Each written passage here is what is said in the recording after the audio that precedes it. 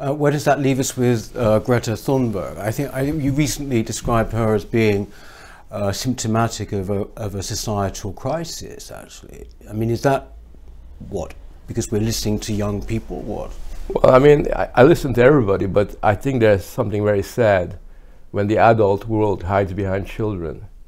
And we kind of put the children in the front line and, in a sense, kind of cultivate it. It really does remind me of the old Childrens Crusade when people hid behind, 9, 10-year-olds as a way of promoting their cause because they didn't have the courage of their own conviction.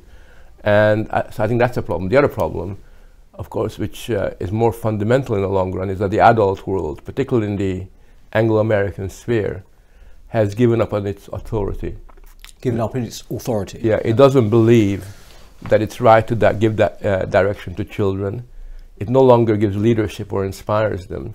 And we are in the middle of a process that I call in my own other writings, socialization in reverse, which basically means that we're getting the children to tell us how to behave rather than the other way around. So, when I was young, when you were young, presumably parents guided you and told you what is right and wrong, how to behave. Now parents look to their children very often. So you have English mums going into a shop, and it's their daughter tells them what to wear rather than the other way around. And I think that kind of socialization in reverse, the giving up of adult authority, is to me it represents a real cultural regression, where essentially you give up on your role as a responsible adult to take responsibility for the future generations. Maybe even down some of that to the kind of cult of youth, i.e. that youth has inherent wisdom that once we used to attribute to older people by its very nature, age.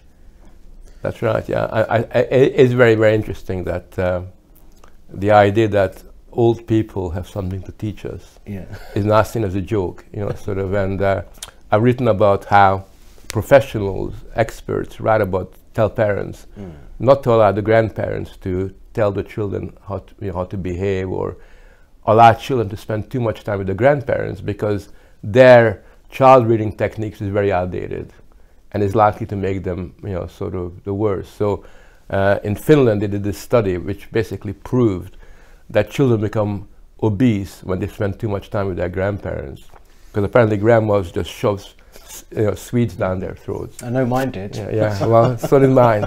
And I'm still here. So